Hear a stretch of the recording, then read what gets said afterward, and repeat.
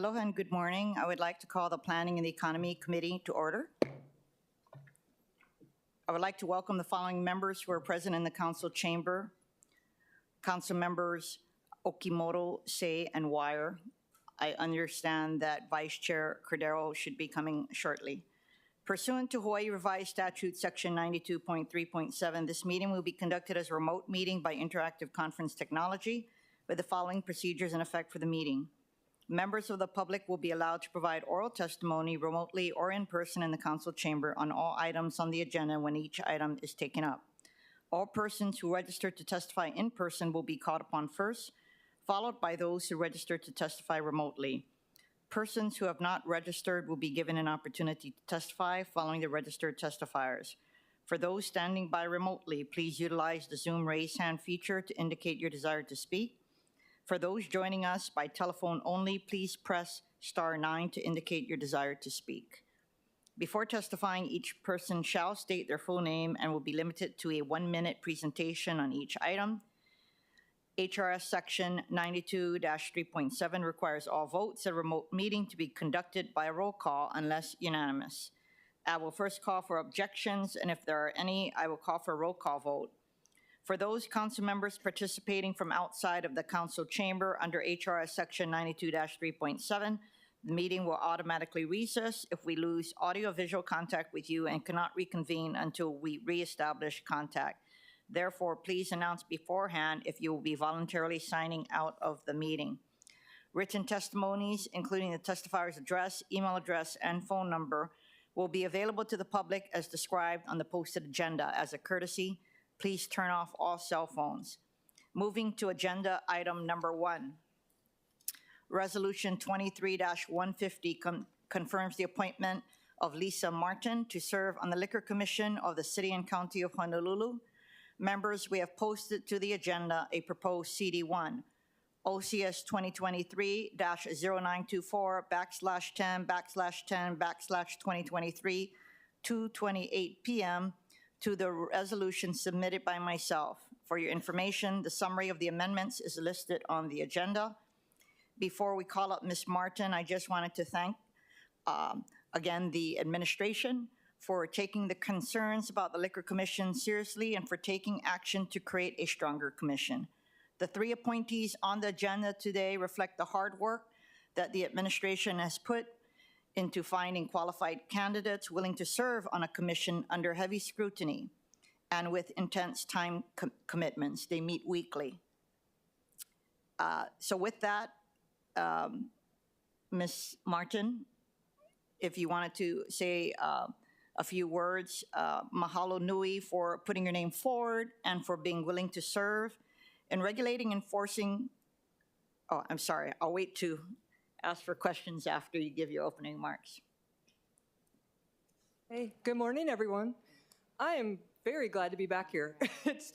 I didn't think these months would pass as quickly as they have, but I'm glad to be back here and happy to answer any questions. I've actually been anxious to get started. I've been involved with the process and the immense cleaning up that we are doing and at the immediate, and hopefully we will get on track and it'll be running on all cylinders. But if you had more questions for me, I'm happy to answer. Thank you. Members, I have questions. Do you want me to start off or would you like? So again, mahalo nui for putting your name forward. In regulating, enforcing our liquor laws, the Commission serves a critically important function in furthering the public's health and safety and also plays an important role in supporting our economy. Recent complaints, some of which were confirmed by an internal review, reveals the need for significant improvements at the Commission. So I actually have 3 questions, and this will also be for the other members, so maybe you want to jot them down, and you could answer it in any order. Do you have any mana'o regarding the concerns raised? Do you have any thoughts about how you might be able to contribute to reforms needed solving some of these issues? And lastly, do you understand that the time commitments of this position? Well, I'm very concerned with the concerns raised because you know that it has to get to a very concern level at that point for somebody to come forward, and I'm glad that somebody had the wherewithal to voice what is going on or how they're feeling. I hope that we can listen to everybody, hear everybody out, get on the same page, feeling better about things, address each complaint and issue independently, and be fair in listening and hopefully getting to the root issues of the concerns that are brought forward. I personally feel that I'm very unbiased, and I do want to hear everything case by case. I ask questions if the things are concerning me or I need to have more information. I'm big about, I might not know that right this second, but I can certainly get back and be involved in the conversation. As far as the time commitment, I am actually looking forward to this and being more, being a contributing part of the community. I was elated when I was asked. I am a big part of the LGBTQIA plus community, and this is just amazing for me to come from Midland, the mainland, and in the middle of the country, small cornfield. I can't stress how to come out here and be just hugged by the aloha and to be a voice. And I really want to take that. And in the months that I have not seen you all, I learned about the word and the responsibility of kuleana. And I actually embraced that. And I'm like, okay, that's what the liquor board is to me. So I'm looking forward to it. And I hope that I can ease any doubts. If there are any, please keep asking me questions. But I would love to take the position if you guys are all feeling good about it. Members, do any of you have any questions for Ms. Martin? And welcome Vice Chair Cordero. Councilmember Wire. Thank you, Chair. And I know we'll have discussion, but not so much of a question, but just mahalo for, coming back. I'm glad you're back as well. Thank you.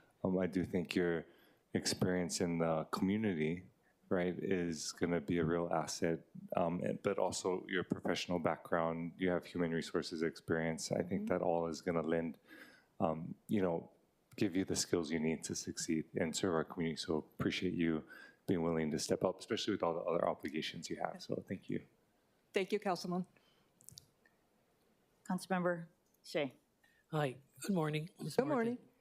I have a couple of questions, and one of the first questions would be, has the overall Liquor Commission given you folks an orientation on the roles and responsibilities of a commissioner? I, again, am ready to take it in the very basic steps to get involved. I've been doing the research kind of from the sidelines and watching all the videos. I've talked one-on-one with the commissioners that are sitting and having an understanding. It's admirable that the three that we have sitting have their roles and they work very well as a team, and they know that they have to show up and just have a quorum now. They have really worked around holiday schedules, personal time. Jeffrey Hung is got beamed in from Europe. I mean, these guys, we need to back them up at this point. I'm not questioning. Yep, the orientation, okay. It's just that for new commissioners that come on board, Okay. does the commission give you folks an orientation of the overall issues that face? I would say to meet all the, I'm not putting you on the spot. I just want to know. it's If okay. not, then we can talk to the executive director later. Because you are already going to be confirmed. That's number one. For me, number two, I would love to have you guys get involved in the formulation of your budget. that would be great. That would be great. Over communication is always better in my book.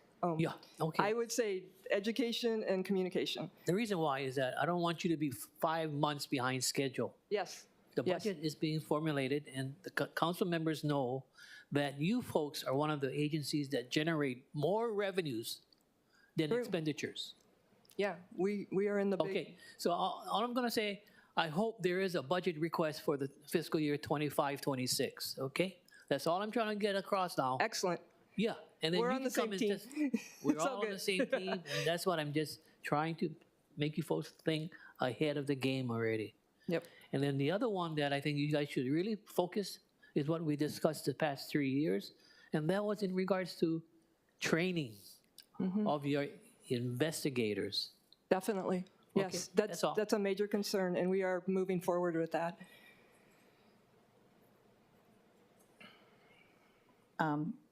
Councilmember Okimoto?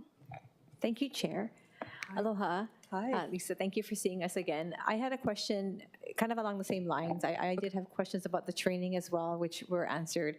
But in your potential upcoming position as a commissioner, what do you think would be your first items that you want to address in this capacity? Training being one of Yeah, them. What else would definitely. you like to see be addressed immediately? Yeah, me personally, I want to have a face-to-face with everybody I can from every level. I want to know the name, the face, something about them, being able to say hi and interact with everybody, and then what their job, task, capacity in the system is.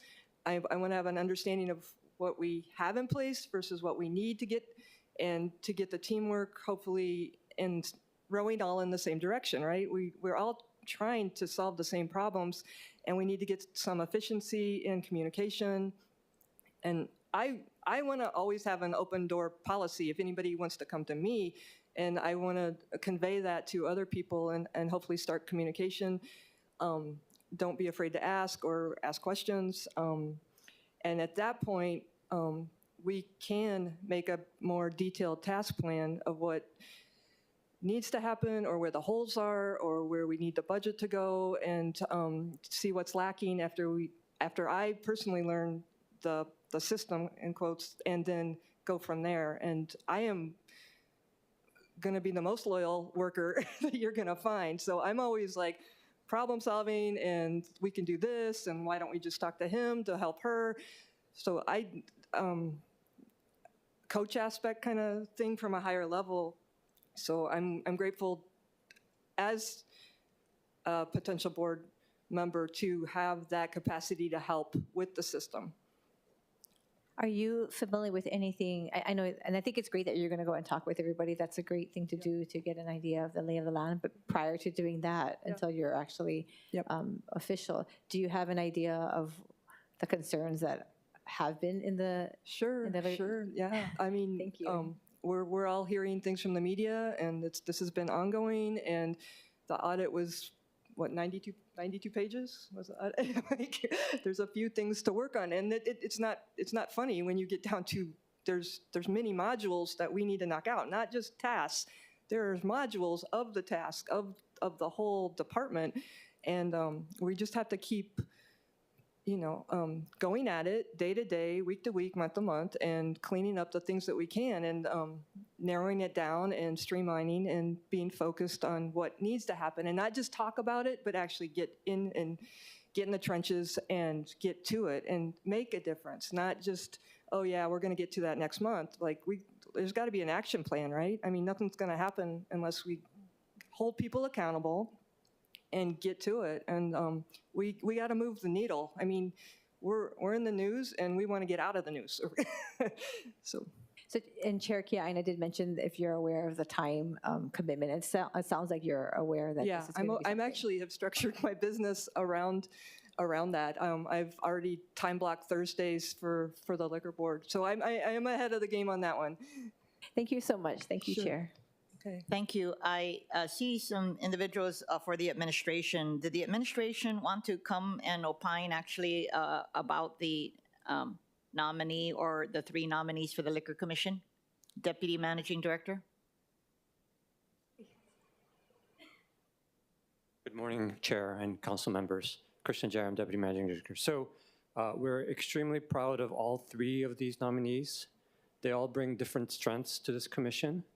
And this is part of our vision that we've shared with the council, bringing in a strong administrator, bringing in a strong commission, and then work to make this commission even stronger and even better as we go forward.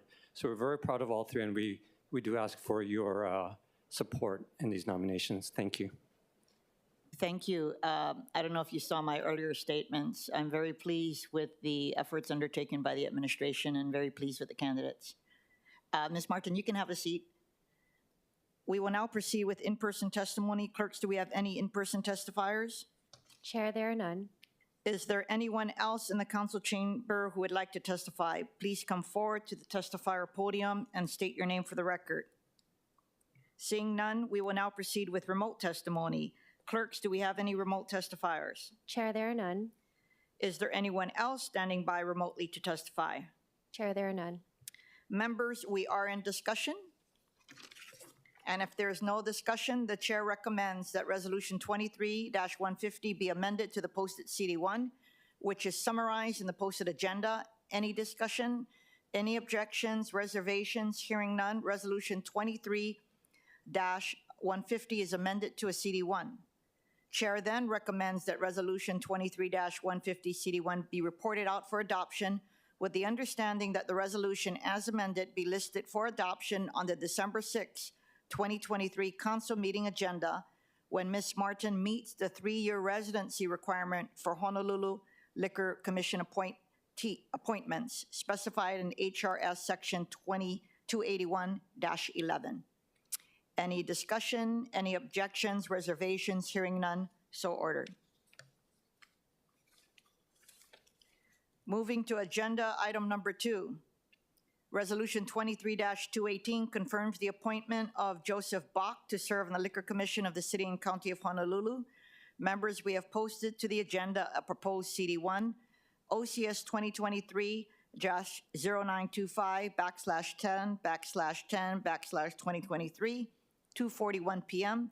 to the resolution submitted by myself. For your information, the summary of the amendments is listed on the agenda. So, Mr. Bach, if you'd like to come up and say a few words. Good morning, Council. It's nice to see you again. Thank you for having me back for the second hearing. Again, I'm honored to have been considered for the Liquor Commission. I think that there is significant work to do. I am understanding of the requirements from a time perspective. I too have started to arrange my schedule in the future in expectation that I would begin to participate in the commission meetings and hearings as of November 2nd. So I'm preparing myself for that. And as I stated last time, I believe my experience in the business, legal, and nonprofit communities of Honolulu provides background that will help me in this endeavor. Thank you. Mr. Bach, similar to what I previously asked Ms. Martin, do you have any thoughts regarding the concerns raised in the report relating to the Liquor Commission? And do you have any thoughts about how your background and experiences can contribute to reforms needed to solve some of these issues?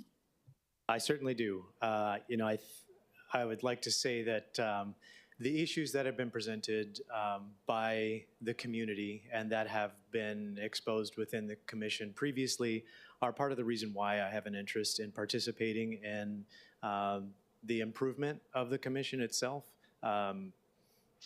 It is a significant time commitment, and if the commission was running well, I don't know that I would participate and dedicate my time, volunteer my time for the commission, but because there is significant improvement needed, and there is a solid initiative from the mayor's department and also from the administration of the commission, that drives me to want to participate and help to improve so that we regain the trust of the community. As Lisa mentioned earlier, the commission has been in the news for the wrong reasons, and I'm interested in helping to alleviate that. And how I would address that is, one, through transparency, an equal and equitable application of state law and the Liquor Commission's rules, and also communication. My background, again, from media, communications, and marketing is something that I would like to bring to bear on the commission and how it communicates what the commission's activities are and how things operate. I think that there are good things to be celebrated with the improvements in the commission, and that's something that we need to work to communicate more effectively to the community. And if we were to do that, then I think that it would help us to start to kind of improve as a whole and build a better relationship with our constituents. Members, any questions? Comments? Councilmember Say. Mr. Bach, I hope I'm not putting you on the spot, but because of your fantastic background in the media, would it be possible with the concurrence of the administration that you folks could do a documentary on the positive notes of the Liquor Commission? A day, a day in a life of what an inspector goes through or an investigator. That would really affect the overall optics of looking at the commission on a very positive note rather than one that is like what you just stated, negative. And, use your background as a tool, as a source of trying to do your very best in educating the general populace about the role and responsibilities of this liquor commission, what we do, etc.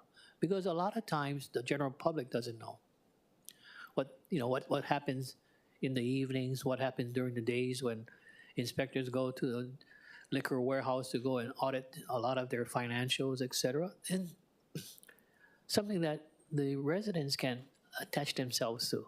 Oh, that's my uncle. I didn't know he was an inspector or investigator. And that's what I'm trying to get across. And finally, I didn't ask Lisa, but you guys could also follow up for me on the auditor's report, the summaries of the auditor's report, and how the recommendations of the auditor's report could be translated into a budget request to the administration. Thank you. Certainly. I appreciate the creative approach to the communication. That is something that I would be happy to explore, whether or not, my company is the best suited to do that or not, I think is worth to examining.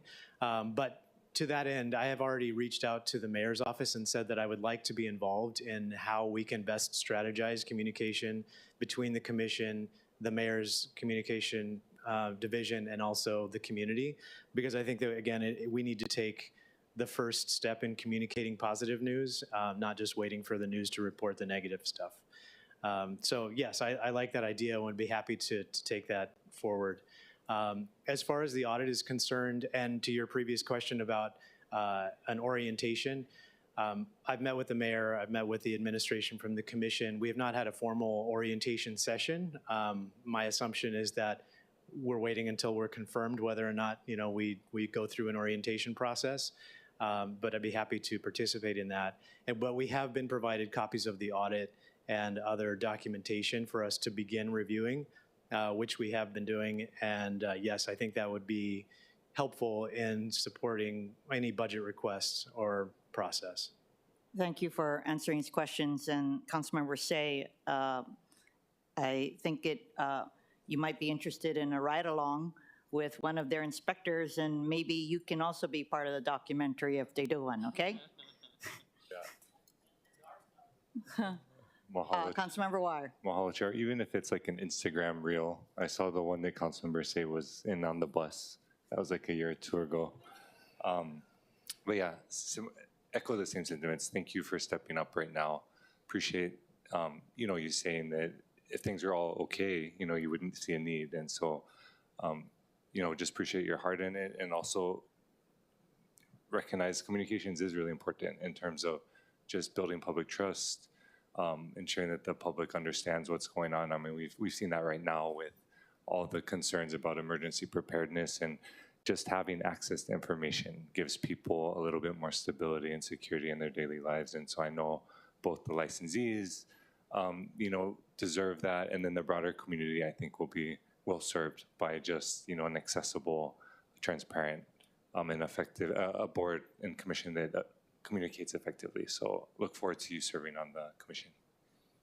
Thank you. I appreciate that. Thank you, Councilmember. I would add that I think and this goes for all three of you, an important role that you would play is just to help the administrator in also lifting the morale of the staff who are there and have had to weather a lot of the news coverage on the Liquor Commission, and hopefully instill in them that you are there to help the overall operations and effectiveness of the commission, and reinstill morale within the commission. So thank you so much. We will now proceed with in-person testimony. Councilmember Okimoto. Thank you, Chair. Aloha, Mr. Bach. Really quickly, I just kind of want to ask the same question that I did to Ms. Martin. And your background is in the media area, and you said that you were able to receive a copy of the audit. Yes. With that information and your background, what are you going to bring? What are you going to be able to bring to the commission and the board? And what are your main concerns that you want to have addressed when you enter potentially in this voluntary position? Thank you for highlighting that part. So I think my background, my initial career was as an attorney, so I do have a legal background. So I hope to bring that to bear, in addition to having run a company for the past 14 years and being able to work with teams of a variety skill level and also discipline, and then also communication. So I think my particular career or mix and experience can be brought to translate what needs to be done, communicate that with the team, support the team, and then also communicate with the broader community what it is that we're doing so that there's more transparency. And I think, again, transparency just, it helps into avoid any, or not any, but necessarily more unfortunate situations, and allows for, again, a more equitable application of the process for licensees, and then so the community can understand exactly how it is that what we're doing and why we're doing it. Thank you very much. Thank you, Chair. Thank you. We will now proceed with in-person testimony. And Ms. Bach, you can have a seat. Thank you. We will now proceed with in-person testimony. Clerks, do we have any in-person testifiers? Chair, there are none. Is there anyone else in the council chamber who would like to testify? Please come forward to the testifier podium and state your name for the record. Seeing none, we will now proceed with remote testimony. Clerks, do we have any remote testifier? Chair, there are none. Clerks, is there anyone else standing by remotely to testify? Chair, there are none. Members, we are in discussion. If there's no further discussion, the chair recommends that Resolution 23-218 be amended to the posted CD1, which is summarized on the agenda. Any discussion, any objections, reservations? Hearing none, Resolution 23-218 is amended to a CD1. Chair then recommends that Resolution 23-218 CD1 be reported out for adoption. Any discussion, any objections, reservations? Hearing none, so ordered. Congratulations. Moving to agenda item number 3, Resolution 23-219 confirms the appointment of Kevin Sakamoto to serve on the Liquor Commission of the City and County of Honolulu for a term expiring on December 31st, 2027. Mr. Sakamoto?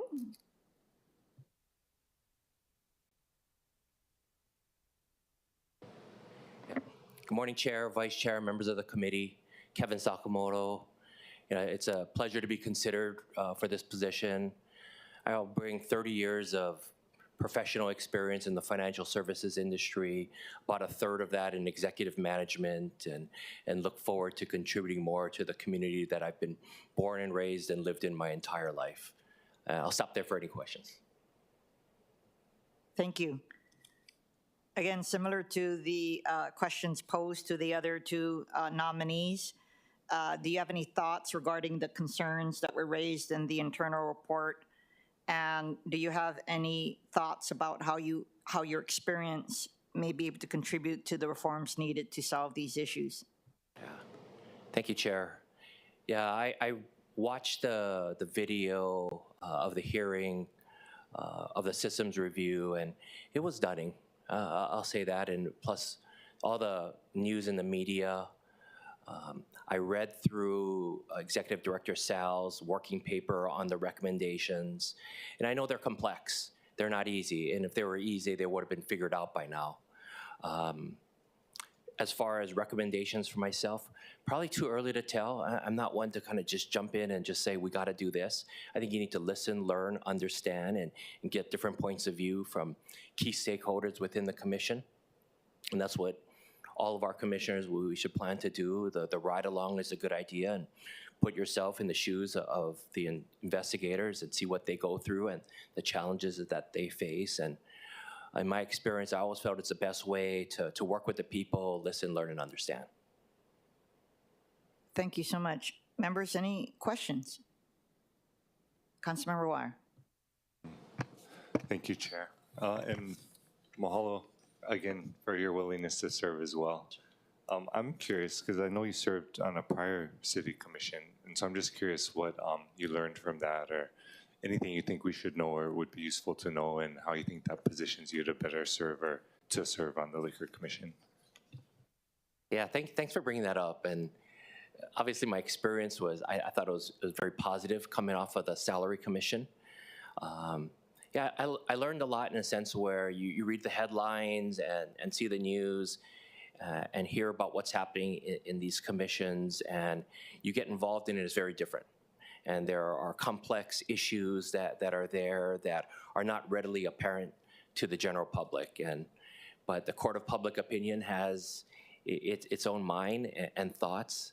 And so for me, participating in the Salary Commission was really good in a sense to be able to understand that and be able to provide some recommendations and also try to further educate others on what the purpose of the commission is. And I did serve as the chair for, I believe, 4 or 5 years. Thank you. Thank you. Members, any other questions? Councilmember Say. Good morning, Mr. Sakamoto, and thank you very much for your dedication. One question that I'd like to pose to you because you're an attorney is the fact that sometimes, the Hawaii revised statutes tells the counties what to do as far as the liquor laws that we have on the books.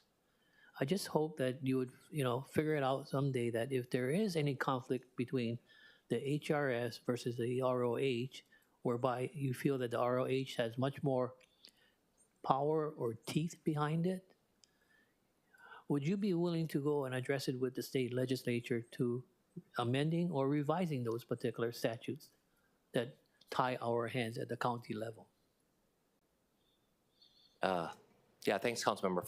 First, I just want to, for the record, I'm a banker by trade, not an attorney. No, but you got Joseph here. Yeah, but with Joe, but I think the question is still relevant. So, is we look at the smell tests of the laws and see if it makes sense. And I always think you got to rationalize. Things are different today than they were in the past. I think the decisions made in the past were done for the right reasons, given the information at hand. But today things have changed, and we need to take that into account and be able to work with our constituents to make the best way forward. Okay, and then one final thought, Madam Chair, just one more question. When a complaint is filed or a riser is filed with the MD's office or with the mayor's office or whatever department, would it be possible for the Liquor Commission, if there was a complaint filed to you folks by council members, say, that the turnaround time in response to this particular issue is within a week to 2 weeks? Here across this council chamber, a lot of the requests that we make sometimes is responded in 4 to 6 months.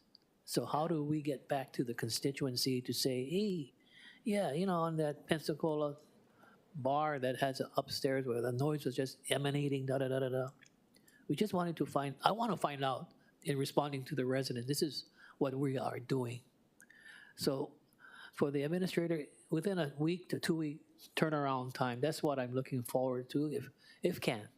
But it all depends on staffing requirements also. But more importantly, if you can improve the way the operations are in regards to council members' concerns that are voiced by the residents and voters of the district.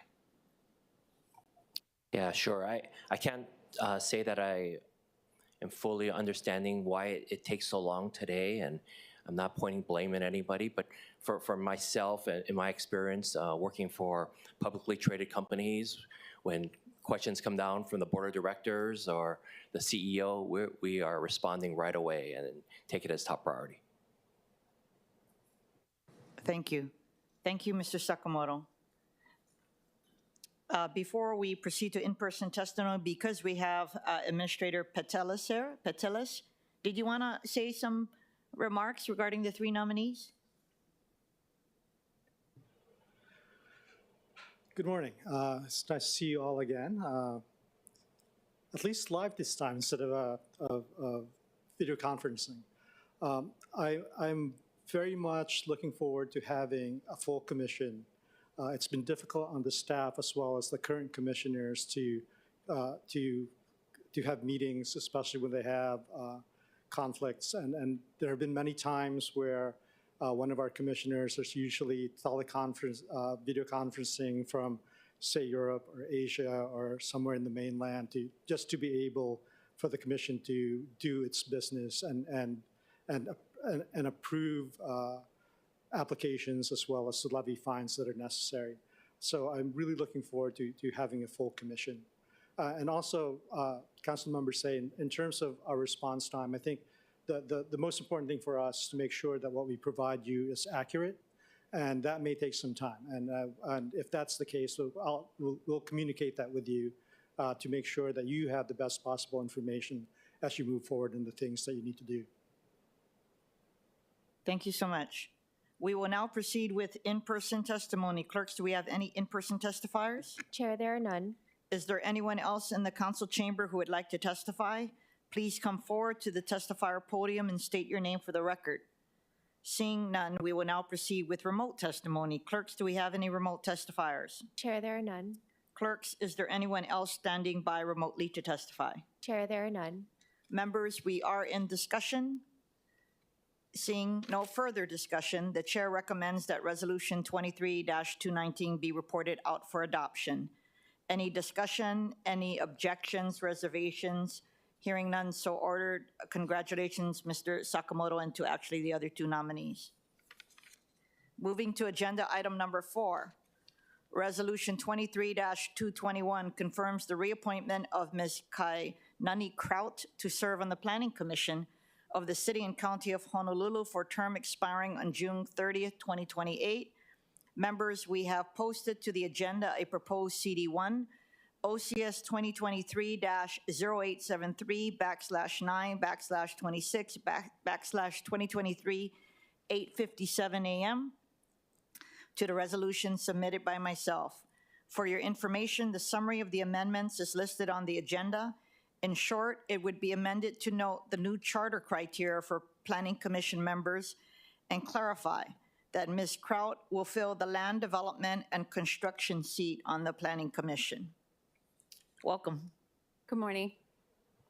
Again, I want to thank the administration for this opportunity to be reappointed, as well as the council chair, vice chair, and everybody on the committee. Thoroughly enjoyed the past year. It started out a bit slow, but it has been very enlightening and a great group to work with.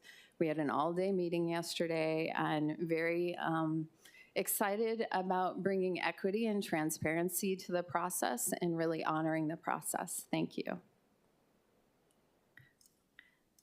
Thank you for agreeing to continuing to serve, because there's critical issues before the Planning Commission, including the new location for a landfill.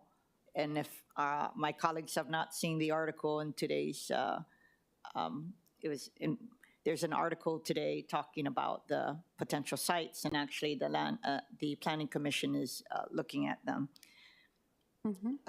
Members, do you have any questions? Vice Chair Cordero. Thank you. Hi, Ms. Kraut. Thank you very much for seeking to be reappointed to the Planning Commission. I just want to know, I know you had your first year. Is there anything that you've identified that you would like to address if you were to be reappointed back to the Planning Commission? So it's actually something we started yesterday. There are several reports, in particular with the siting of the new landfill location, and a perpetual issue over decades now, and really working towards, again, that transparency in the process. We passed a special use permit yesterday, and part of that, which DPP came up and said, this is new territory for the Planning Commission, which I didn't know that because I'm new, but bringing the permittee back in front of us to report out on their annual findings. And I know that's one of DPP's recommendations. And public quota recommendations for the Waimanalo Gulch issue. And those are the things that I think we can bring transparency at a minimum to the process. We'll see how it affects the process, and I'm hoping that it'll make a positive impact, even just being transparent with the process. We had a rather lengthy discussion on what our responsibilities are in that realm, and I do see it as our responsibility with the Planning Commission and issuing the permits. And so I think it may be a direction that the commission starts to go. Thank you.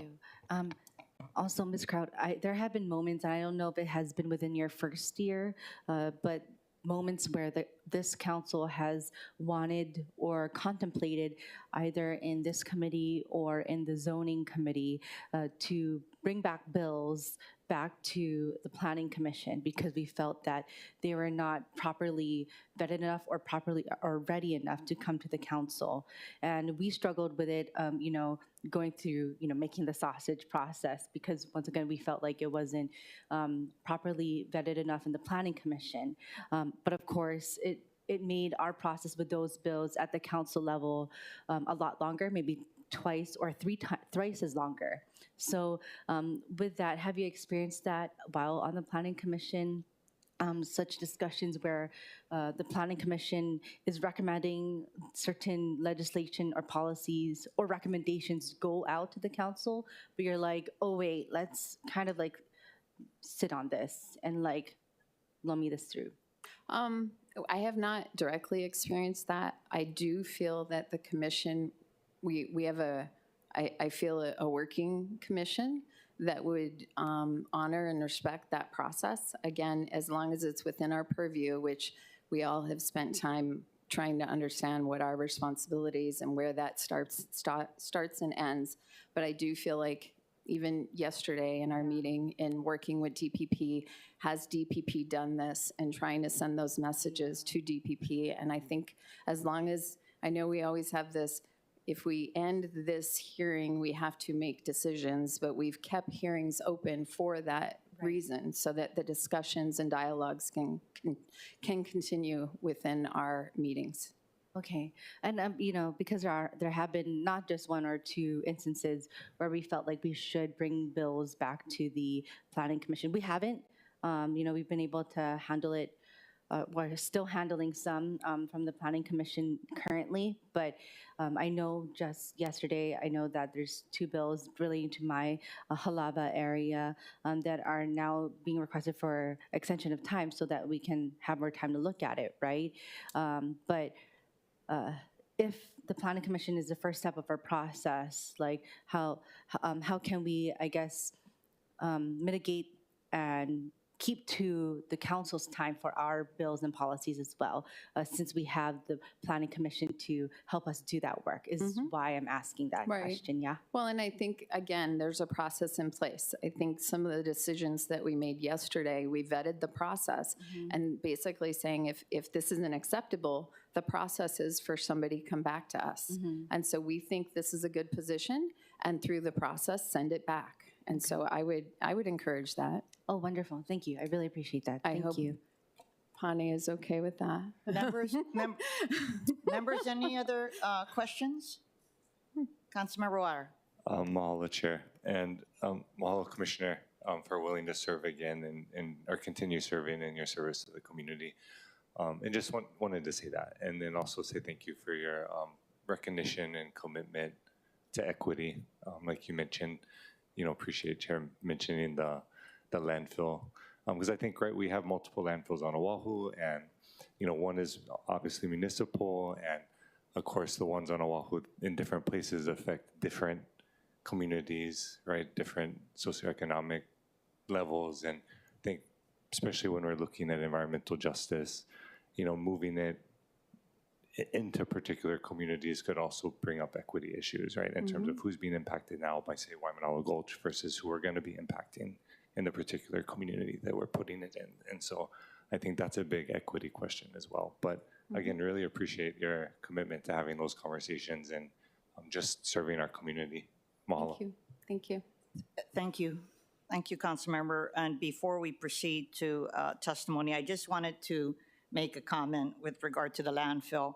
And for my colleagues, I just dug up the source. It's the Civil Beat article. It's called Honolulu Eyes Military Land as Potential Sites for a New Landfill. And fortunately, I was able to read it this morning when I was just looking through what was in the news. And I just, when I saw both Lualualei and Waimanalo as potential sites, of course, I wanted to recommend both the administration as well as the Planning Commission to ensure that when you're looking at certain areas, you need to look at the nexus to, in this case, Hawaiian homelands. And so Councilmember Wire talked about environmental justice, and social justice is very much should be considered as well. In the case of Lualualei, it was illegally taken by the Navy out of the Hawaiian Homelands Trust during the territorial period. And there is no way that any part of that land will go for any other purpose but back into the Hawaiian Homelands Trust. And so while we resolved the issue with regard to compensation for a lost use of those lands in 1995 in the Hawaiian Homelands Recovery Act, that would just be very unjust. Second, with regard to Waimanalo, not only has the military using it, the Marines for training, and then the Air Force has lands for recreational activities. The majority of the city's parks and recreation lands are Hawaiian homelands. So Hawaiians are foregoing the opportunity to have homesteading opportunities because of actions by the city, state, or federal government. So I just want to let you guys know, while you guys are considering this, that I'm going to be watching very, very closely all of the sites. And I know all of the members, for various reasons, are going to be very interested. So just look at the history of the lands before seriously considering it. Appreciate that comment. Oh, Councilmember Wire. I just wanted to acknowledge that and appreciate the insight, because I think you're right, it is relevant to the item on the agenda. And I would say similarly for Waipahu, right? Like, of course, we're looking at Waipio Peninsula and how is that going to impact the soccer complex, but I would say moving it from Ko'olina to Waipahu wouldn't necessarily be environmental justice and equity, right? So just contemplating that. Thank you. Thank you. I'm sorry. Did anybody else have any comments before I move to public testimony? We will now proceed with in-person testimony. Thank you so much, Ms. Kraut. Clerks, do we have any in-person testifiers? Chair, there are none. Is there anyone else in the council chamber who would like to testify? Please come forward to the testifier podium and state your name for the record. Seeing none, we will now proceed with remote testimony. Clerks, do we have any remote testifiers? We have a testifier, Chair. Mr. Pane Meatoga III. Good morning. Hi, aloha chair, members of the committee. Here in my personal capacity, Pane Meatoga III, I'm here to support the renomination of Commissioner Kraut to the Planning Commission. I believe that is Resolution 23-221. It has been a pleasure to work with her to see how she attacks problems and looks at things in their very specific ways. She brings a needed perspective, I feel, to the Planning Commission.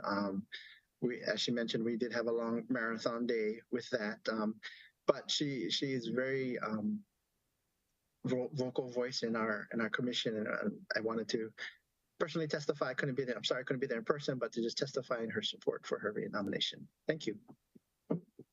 Thank you so much. Clerks, is there anyone else standing by remotely to testify? Chair, there are none. Members, we are in discussion. If there is no further discussion, the chair recommends that Resolution 23-221 be amended to the posted CD1. Any discussion, any objections, reservations? Hearing none, Resolution 23-221 is amended to a CD1. The chair then recommends that Resolution 23-2021-CD1 be reported out for adoption. Any discussion, any objections, reservations? Hearing none, so ordered. Congratulations, Ms. Kraut.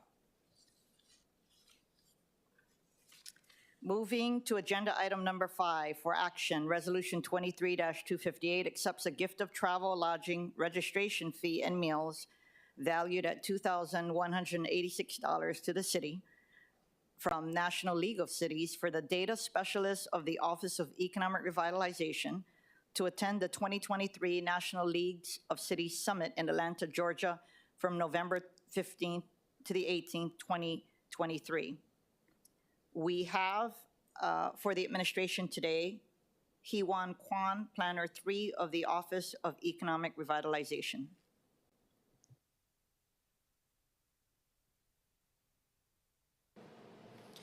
Aloha, council members. I'm Hewan Kwan and the data specialist of OER. Thank you so much for making time for this resolution. I believe this travel gift will allow me and a colleague to travel to the National League of Cities Summit in Atlanta. We will be sharing the progress of a grant project and highlight Honolulu's work to advance economic mobility. I also believe that it will be an excellent opportunity for me and my colleague to learn national best practices and bring them back to the city. Mahalo for your time, and I will be answering any questions if you have them. Thank you so much. Members, do we have any questions? Vice Chair Cordero. Hi, thank you very much for coming here and explaining why you'll be going up. I was wondering, did the National League of Cities provide any funding for the study that you're presenting on economic mobility? Yes, OER has been awarded a $15,000 grant on the advancing economic mobility, and we are in the process of doing this research, and it is a pilot study, Train the Trainer program that will train native Pacific Islander language speakers in digital literacy and workforce through the state libraries and the work-wide division. Sorry, can you explain that a little bit more about how it's working with the state libraries? Anything municipal related? So the state libraries have been having digital literacy programs, and the National League of Fundings will be funding those training programs and have these navigators train, and then also have an opportunity to work with their community. Okay, thank you. And so do you feel, and mainly because, the reason why I ask this is because when we think of economic mobility, I know that Honolulu as a municipality doesn't have the same flexibility that other states and municipalities in them have relating to economic, economic development and mobility development, I should say. And I was wondering if there's a way to allow for more flexibility on the city side? So this program, I believe, is a pilot project. So I am hoping this would have the results that will show a very positive impact on the economic mobility for the underserved communities. And hopefully we can show this progress to the other departments or state departments to fund and make training projects based on these pilot projects, and hopefully it will continue later on and have a bigger impact.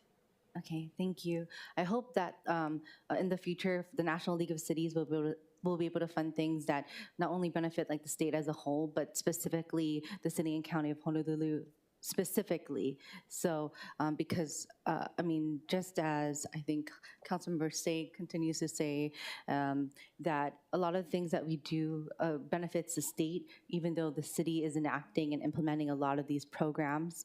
So I just want to find ways to have it cyclical right back to the city, like directly back to the city. So yeah, that's why I'm asking that. Thank you, but have a great time and good luck on your presentation. Thank you so much. Councilmember Okimoto. Thank you, Chair. Aloha.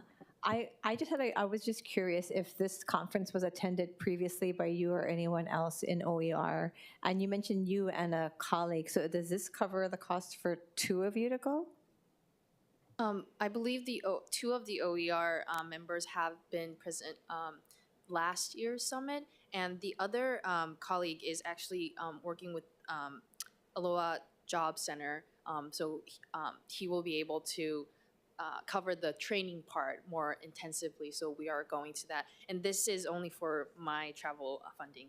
Okay, so this is the first time you're going to be attending Yes. this conference. And in the past, when they were able to attend the conference, what were they able to bring back? Is this a completely different conference, or like my colleague, Councilmember Cordero said, this is and I've been to conferences that have been out of the state, and I think that there's value in learning things to bring back, but we are unique here. So I was just curious to know what was brought back in the past. So the previous colleagues that attended the summit were actually in a different grant program, so the focus itself was a little bit different. They were more on working on the network resources for small businesses, and that actually evolved into working with SourceLink, and that is still going as an evolving project. And I believe they learned a lot from how the other cities were doing it.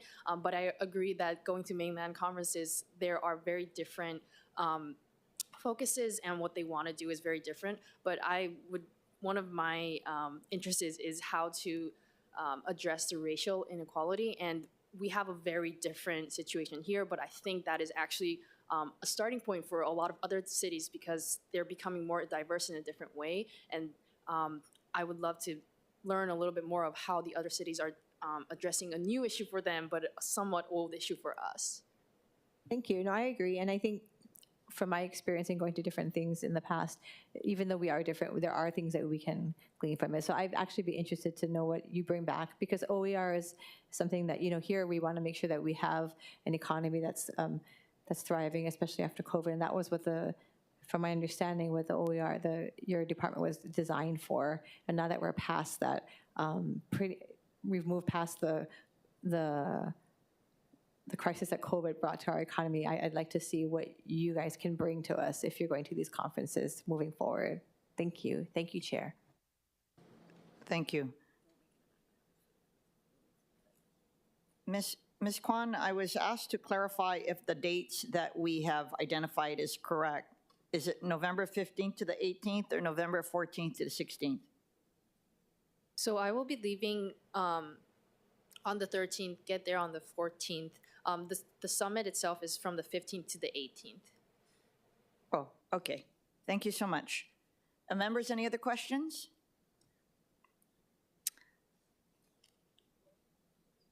Vice Chair, do you have any just more questions? Just comments about National League of Cities. Okay, Is that sure. okay? Thank you for representing the city. I know I had a discussion last year or in the beginning of the year relating to National League of Cities participation, because I'm grateful that I was able to be brought on to the National League of Cities participation through former Councilmember Brand Elefante. And I've recognized being able to go to different counties and cities conferences that I think NLC has. I don't want to compare. I'm going to compare. I don't care. That it is so much better and so much more relevant to what we do in Honolulu. And I think, participating in the different task forces and committees in NLC has provided more, I think, funding and more opportunities to participate through Congress and different congressional committees, that I hope that, and I don't want to make a complaint, but we normally accommodate NLC at the legislative level, but we see at the administrative levels that, never mind, I'm not gonna say anything. Kim already knows that I'm just a little jealous, that's all. Okay, thank you, never mind.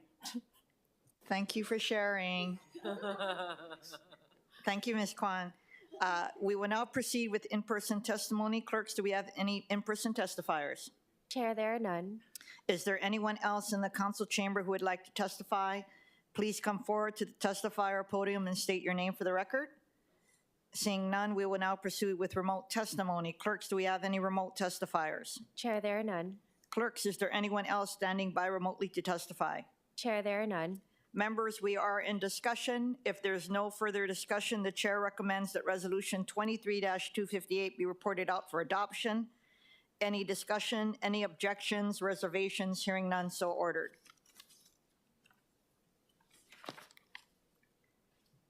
Moving to agenda item number 6 for action. Resolution 23-255 commemorates the 30th anniversary of the enactment of Public Law 103-150, the Apology Resolution.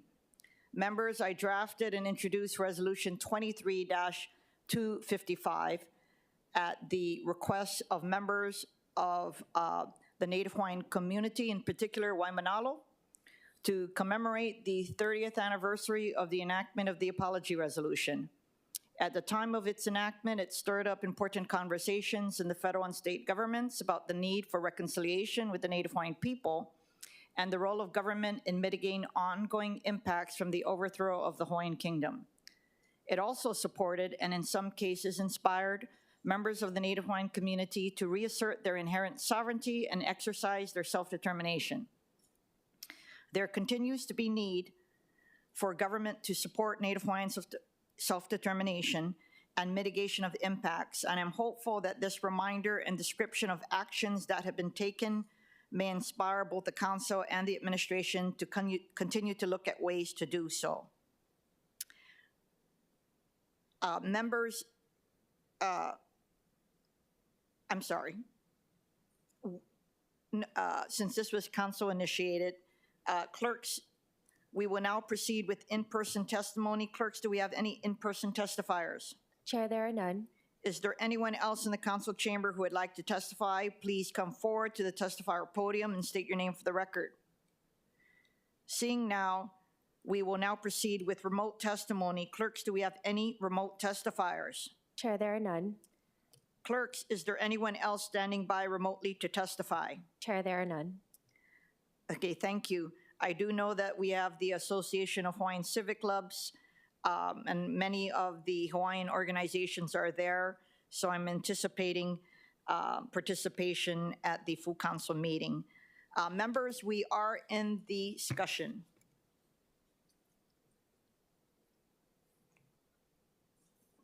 Councilmember Wire. I just want to say mahalo to Chair for your leadership on this, and welcome further input from you and the community about how this body and the city as a whole can either recognize or further the conversation on this and other topics. Mahalo. Thank you so much. Any other members who have any comments? The chair recommends that Resolution 23-255 be reported out for adoption. Any discussion, any objections, reservations? Hearing none, so ordered. Moving to agenda item number 7, informational briefing. Update from the Department of Planning and Permitting on building permit process backlog.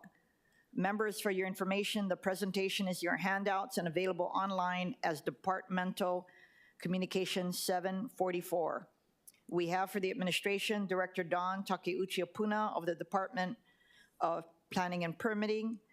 Mahalo so much for joining us today and for your and your team's continued work to address the permit backlog. As we all know, there is a lot of scrutiny on the building permit process, so I appreciate this time for us to discuss these issues publicly. Thank you, Chair, members of the committee, Dawn Apuna, DPP. Thank you again for allowing us to provide a status on the building permit backlog.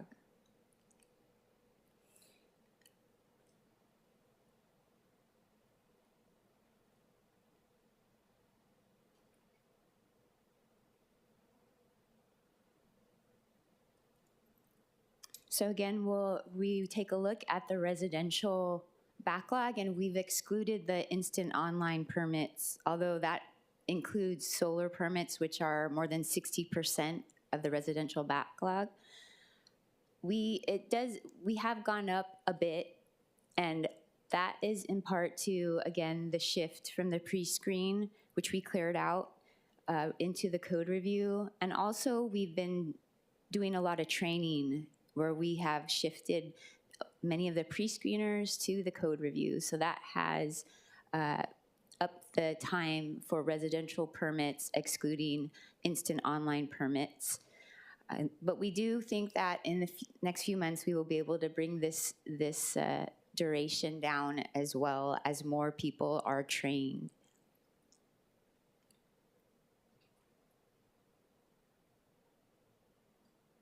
And on the commercial side, Again, it has gone up a little, and this in part is due to the backlog, the pre-screen shift to the code review. This is also where we're still trying to hire engineers to help do much of the review.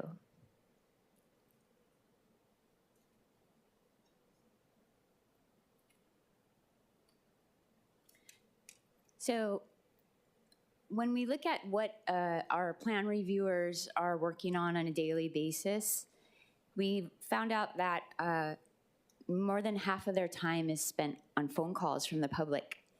And so we wanted to address this because if they're spending half of their time speaking to the public, that time is not spent on the actual code review.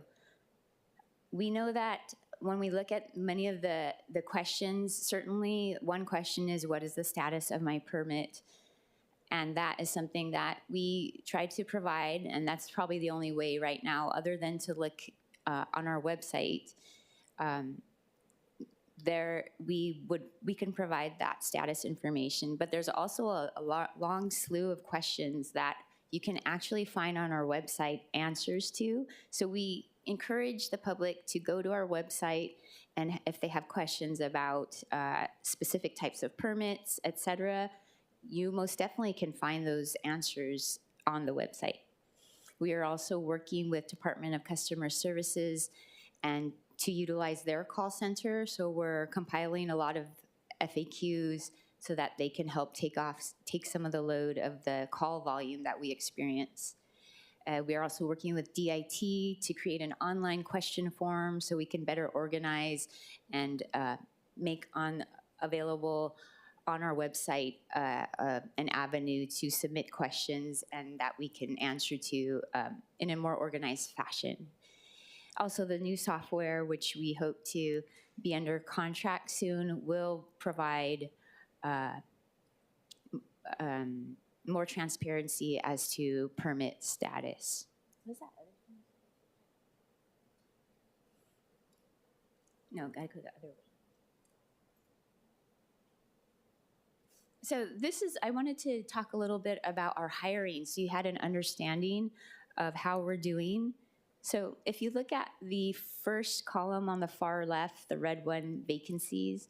So a year ago, in October 2022, we had 80 existing vacancies, and this was consistent with the city's vacancy rate from about 20 to 25% across the board. So that was in line with what was the vacancy that we had. And then last year, the council added 50 new positions to DPP. So we had a total of 130 positions. But that doesn't mean we can automatically have those positions.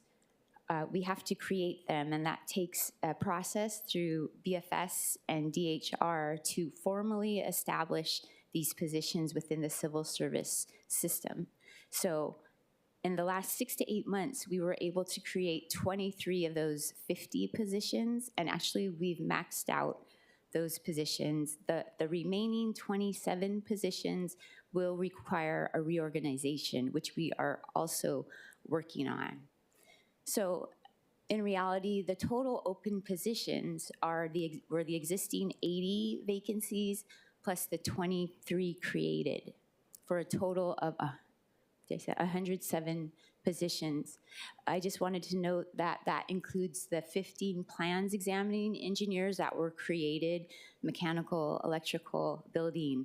We have been able to fill a few of those building ones, but we continue to work hard on adding electrical and mechanical engineers.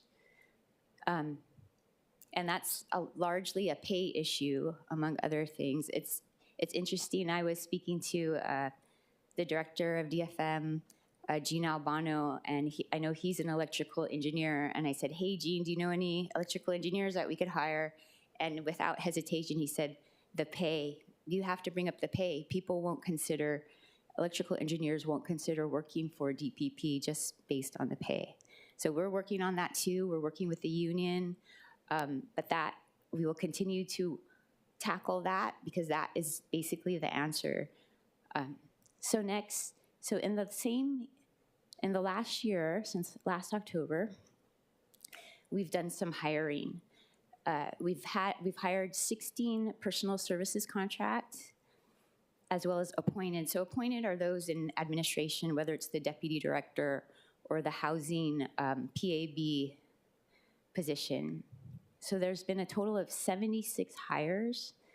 That's 71% of hires to total vacancies. So 76 of 107 total positions is 71%.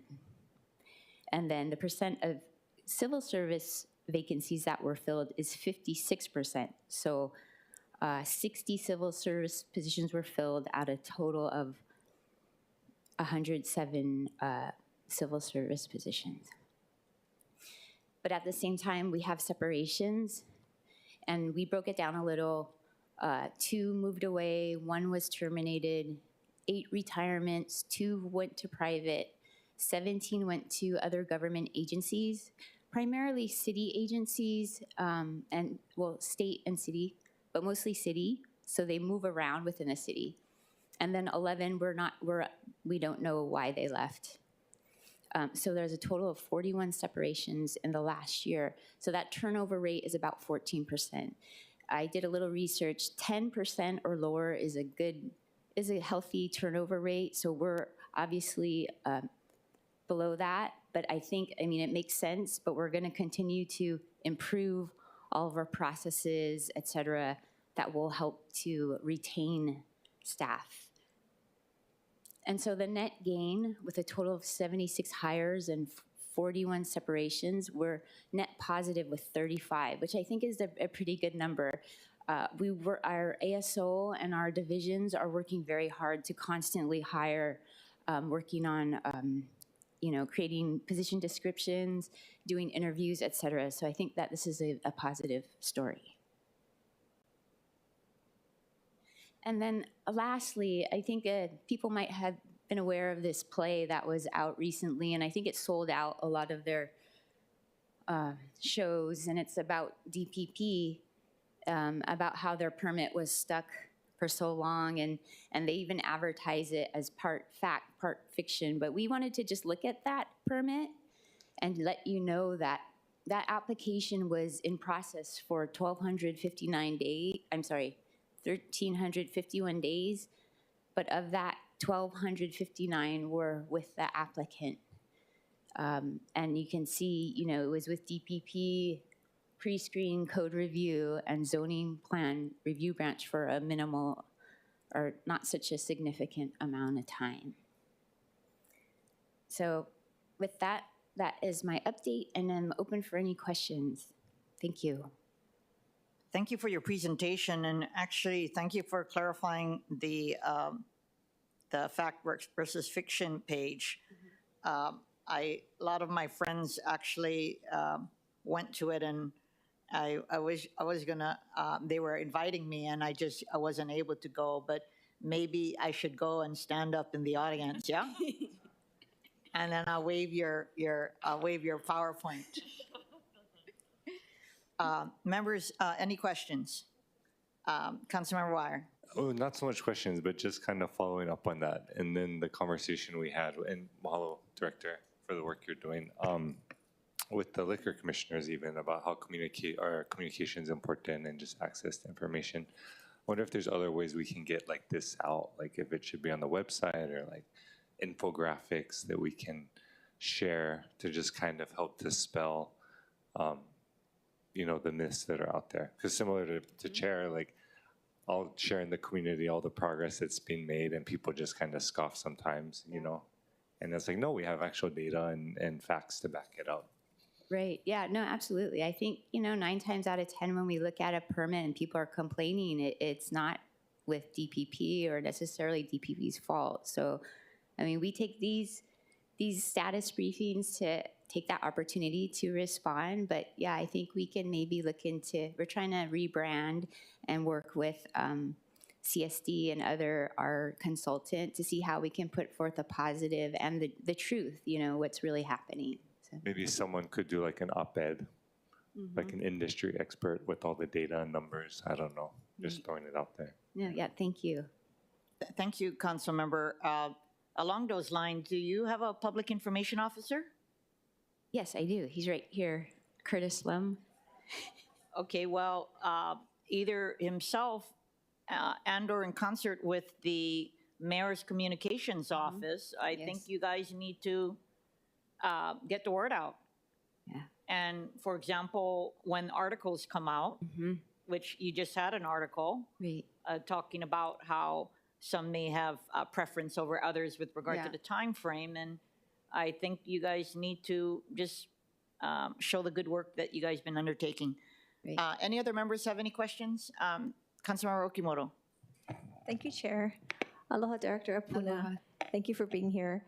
I had just a quick question, and I really appreciate you always being transparent and clear and showing us your numbers. There was, and if I missed it, forgive me, but I did see that there were slight increases between last month and this month. Could you remind me or inform us? And they are tiny. I was just wondering what were the increases due to? Right. I think it's the continued shift from the pre-screen where we really got rid of the pre-screen, and it's the backlog shifted. So people are feeling a little bit overwhelmed with everything coming. But we're working on now. That's like the newest phase that we're really trying to focus on to bring that down. And then we've been in the residential code review. A lot of the people that were doing the pre-screen, they've been going through a lot of training so they can do the code review. So when you're in training, you know, so many hours per week, that takes away from code review time. And it takes some time to actually get up to speed. You get the training, but then it takes iterations in order to just be able to go and have the higher numbers that the regular examiners have. So it is an adjustment. It's understandable, and we knew it was going to happen. There'll be these ups and downs until we hit that, you know, industry standard. When do you anticipate that? I know that with everything, you've made so many great changes, and we were grateful to go down last month and see your team. Yeah. And so I know that with change, there comes always, it's going to take time to adjust. When do you anticipate things getting to that smoother industry standard? Yeah, so that's a great question. I think for the residential code review, I think within 6 months or so, we're targeting a 2-week overall period for all residential. So that's huge, but I think we can get there just based on our people and our current processes. And then the software's coming, all these different improvements.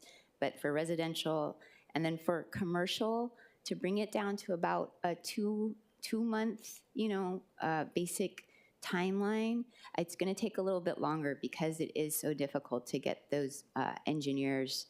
But we are also getting some ICC reviewers to come in and take on some of that load to bring down the backlog. But I think commercial is going to take a little longer, maybe a year, maybe to 18 months in order to get it down to like an industry standard. But I know, I mean, if I could go faster, I would. It's just so many things that we need to work on or get in place or get, more people capacity-wise. But I think we will get there. I think it's on the horizon. Great. Yeah, we would never want to compromise the integrity of the process, but thankful for the progress you've made. I was just curious to see when things would be, like you said, smooth out more. But I appreciate your efforts and all that you've done so far. Thank you. Thank you, Chair. Any other questions?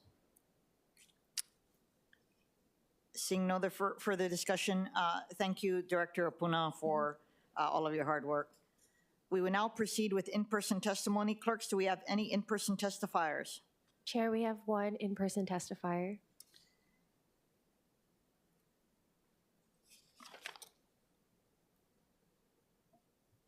Good morning. When I call your name, please come forward to the testifier podium and state your name for the record. Good morning, Chair, Vice Chair, and City Council members. My name is Matt Iacker, resident out in Waianae. In July 11th in 2021, I submitted an application for a permit. So my application has been in for 465 days, waiting for it to come through. And I checked up on it regularly to find out what's going on with it. And there's been many times where the first issue that came out, there was a stray mark on the margin, and it took 3 days for Sunrun to fix it, send it back to DPP, and then I got put back in the end of the queue, and then that took another 2 months for it to be reviewed for to come back with a technical change. After that, there was one technical change that moved on from there, and it keeps getting delayed by just doing all those in series. Whereas if we can just look at the whole drawing, give all the corrections, and then send it back out, that would vastly decrease the process. And I do appreciate that all the work that the DPP is doing to take care of the backlog, but there's still just so many of us that are still waiting for that. And the length of time is far more than a year. Thank you. Thank you for your testimony. Can I ask, have you been working with your, I know you're working directly with DPP and very unsatisfied with the, the processing timeframe, but are you working with your council member to make inquiries? Because we do get a lot of constituent inquiries, and what we normally do is we send in a request to the Department of Permitting Planning. So have you worked with your council member, Andrea Tupola? I have not. This is my first interaction with the. Well, first of all, thank you for coming to testify. As you can see, one of the reasons we have these hearings is because we are well aware that there's room for improvement. But in your particular case, I think it's best to also have your council member work with you to see if there has been unfair delay with regard to your permitting process. As you saw with regard to the presentation, there's a big difference between actual delays versus sometimes the delays being with either the individual or actually the agent. But thank you for testifying. Did you have anything else you wanted to say to the council members with regard to DPP's permitting process? No, that was all I had. And I just appreciate the diligence and recognizing that there was an issue, and changing to the e-permitting process works for the people that have doing new projects, but the people that filed in the old process are still stuck in that backlog. And I'd like to see it, I'd like to get my permit approved very soon if possible. Thank you for taking the time to come and testify today. I think we are all waiting for the day where these delays will be ameliorated. So thank you for taking the time to come today. Thank you. You'll go. Chair. Radiant. Oh, okay. Councilmember Cordero. Okay, thank you. I have a question for you. Sorry, sir. Thank you for sharing your experience, and I'm glad that you have been able to follow up with the application, both on the website, but also in contact with DPP, yeah? And I was wondering, when you were, I guess, kicked back to the end of the queue, was that communicated to you by DPP? No, it was not. I haven't had any communication from the DPP. I was dealing primarily with the program manager from Sunrun. The only way I found that out was I actually went to the remote office in Capilay and got a printout of the status of my account, which gave all the comments back and forth. And then you can see the date timeline on how it goes back and forth. And you can see that when Sunrun submitted it, and then just when it sits in the queue waiting for review. The queue waiting for review is where the majority of the time is. Like once actually somebody looks at it, they're very quick to respond back. But it would just be a more simpler process if all of the issues with one single drawing could come at once, and you make a list of everything, and then you send it back, let the company fix it, and if there's anything else, repeat the process over and over. Thank you. And how was that experience after you've seen that it was removed from the queue or put back into the queue with DPP? Was your communications through Sunrun itself, themselves, or was it you to DPP? Oh, it was myself through Sunrun. Through Sunrun. And was that communication at least responsive in a timely manner? Yes, through Sunrun it was, but there's still, when it gets shot back and then Sunrun sends it back, it's about a month for it to get through to be reviewed again from DPP. And do you see that Sunrun has submitted it in a timely manner themselves? I'm not trying to blame Sunrun, but a lot of the times when constituents come to me and they're working with a contractor, a lot of the time it takes my my constituents to find out that their contractor hasn't submitted it within that week or 2 weeks, and it takes a while for those contractors to submit it to DPP. Have you noticed that pattern yourself? Because I know for my constituents, they had to find out from me plus DPP that it was actually through their other party that was dealing with them. So there's one thing I do regularly is I call them up and say, when was the last interaction you had?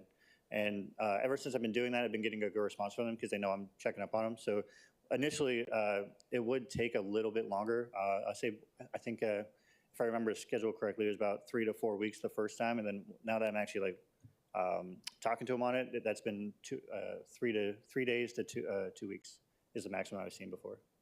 Okay, and that's from Sunrun to DPP? Correct. Okay, understood. Thank you very much. I appreciate that that holistic experience run through. Thank you. Thank you, Councilmember. Director Apuna, did you have any comments?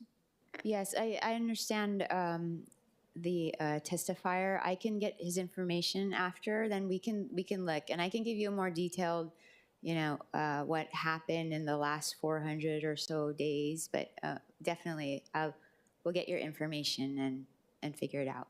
Thank you. Thank you so much. If there is no further discussion, is there anyone else in the council chamber who would like to testify? Please come forward to the testifier podium and state your name for the record. Seeing none, we will now proceed with remote testimony. Clerks, do we have any remote testifiers? Chair, there are none. Clerks, is there anyone else standing by remotely to testify? Chair, there are none. Members, we are in discussion. If there is no further discussion, we will move on to agenda item number 8, informational briefing update from the Department of Planning and Permitting on Development and Sustainable Communities Plan schedule and transit-oriented development plans and zoning status. Members, for your information, the presentation is in your handouts and available online as Departmental Communication 740. We have for the administration, Director Dawn Takeuchi Apuna of DPP. Thank you, Chair. Yes, we are here for any questions that you may have. I have staff here available. Thank you. Vice Chair Cordero. Thank you. Hi, Director Apuna. I was just wondering, when will we be able to see the completed 3D graphic models for the Kalihi TOD? I'll have Tim Streitz come answer your question. Hello, Chair, committee members. Tim Streitz, Acting TOD Administrator. So those graphics that you referenced are actually online. So if you go to our TOD website, honolulu.gov/TOD, and then hover over the neighborhoods menu bar and go to the Kalihi, you can then dig down into the specific rail station areas under that TOD neighborhood. And so you'll see the graphics, the updated graphics on those pages. But if you do want to get the original graphics, we'd be happy to supply you with those.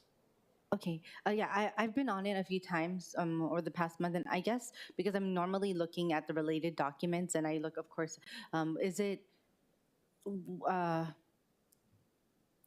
guess I'll just look at it further, but so you'll see like the Middle Street, Kalihi, Kapalama, and then actually under the downtown TOD neighborhood as well.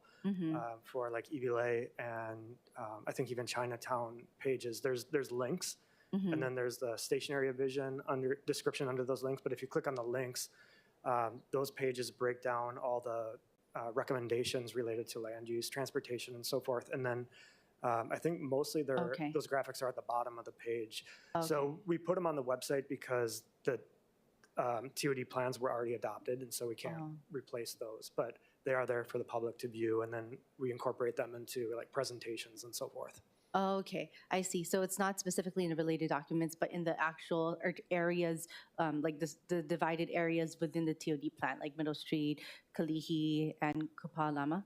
Yeah, so the same images are in the downtown and Kalihi TOD plans, but since we couldn't update those without bringing them back through council approval, we just put those on the website since they're more updated. Okay, got it. And since, I know I ask this every time, but do we have the height limits now from the state DOT relating to the airport? TOD area? Still need to follow up. Again, last I heard was just that they're using the same data that we've already incorporated into our preliminary analysis of the Kalihi downtown airport TOD areas.